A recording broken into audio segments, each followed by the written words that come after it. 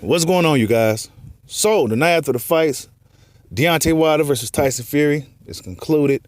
Tyson Fury ended out on top. Tyson Fury is not the king of the heavyweights, you guys. And, I'm a Deontay Wilder fan. I'm not going to hide it. Big Wilder fan. Still is a big Wilder fan. But what does he need to do in the rubber match? What does he need to do to beat Tyson Fury?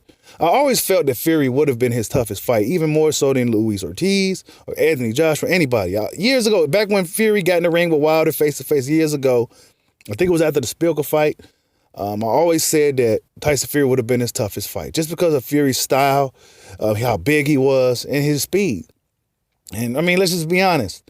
Who else is fighting guys in any combat sport, for that matter, that's 50 pounds, 40 pounds, 30 pounds heavier than them? Nobody but Deontay Wilder, really. So, Tyson Fury did the damn thing, man. I'm actually impressed with his performance. He really left a lot of doubt in people's minds by his antics and the things that he was doing, and him wearing his shirt. And Tyson Fury is real good, man. He's real good. He knows how to he knows how to play the game in and out. Well beyond his years. He seemed like a guy that's he's just like a true veteran. You know what I'm saying? Even his tactics outside the ring, even some of the things he was doing in the ring, all veteran tactics. And Wilder had no clue what to do.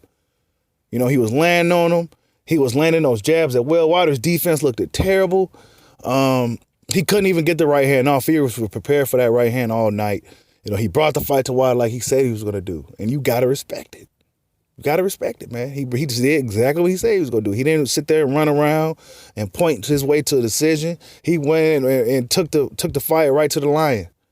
And he burnt him right out of there. Now, one thing I did notice, and one thing I do question, and it's something I typically don't like to do. I'm not one to say a guy needs to change up teams and things of that nature, but what was they doing in his corner? And I do feel at this point that his team is a bunch of yes men. And I think that's a part of the problem with Deontay Wilder. It's going to really stunt his growth from here on out unless he makes some really, really major changes. His defense just was so poor last night. It seemed almost like he was up in there without a game plan. And Tyson Fury came out there and followed his game plan, and he told everybody what he's going to do, and he literally did it. Where was the energy at in Deontay Wilder's corner? Wilder's ear was busted. He took a lot of damage in this fight, the most damage he's ever probably taken in any fight. And what was his corner at? You know what I'm saying? Yeah, they threw in a towel, and I think that was the right thing to do. They threw in a towel. That was definitely the right thing to do. Wilder was taking a beating.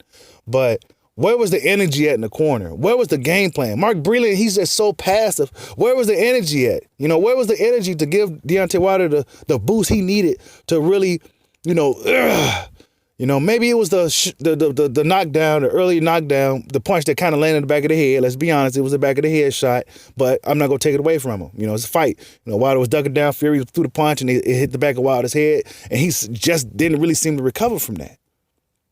And I think the corner tonight really showed their inexperience. Not to say Mark Breland or JD is inexperienced, but compared to Tyson Fury's corner, they looked like they was just all in cinch with each other. They looked like they was just all ready to go. I didn't really see anything from Mark Breland that can really make me believe that they can come back in a rematch and get the job done. I didn't see it, people. I didn't see the energy, come on, we can do this. I didn't see none of that from Team Wilder's corner. I didn't see it. Correct me if I'm wrong in the comment section. I didn't see it.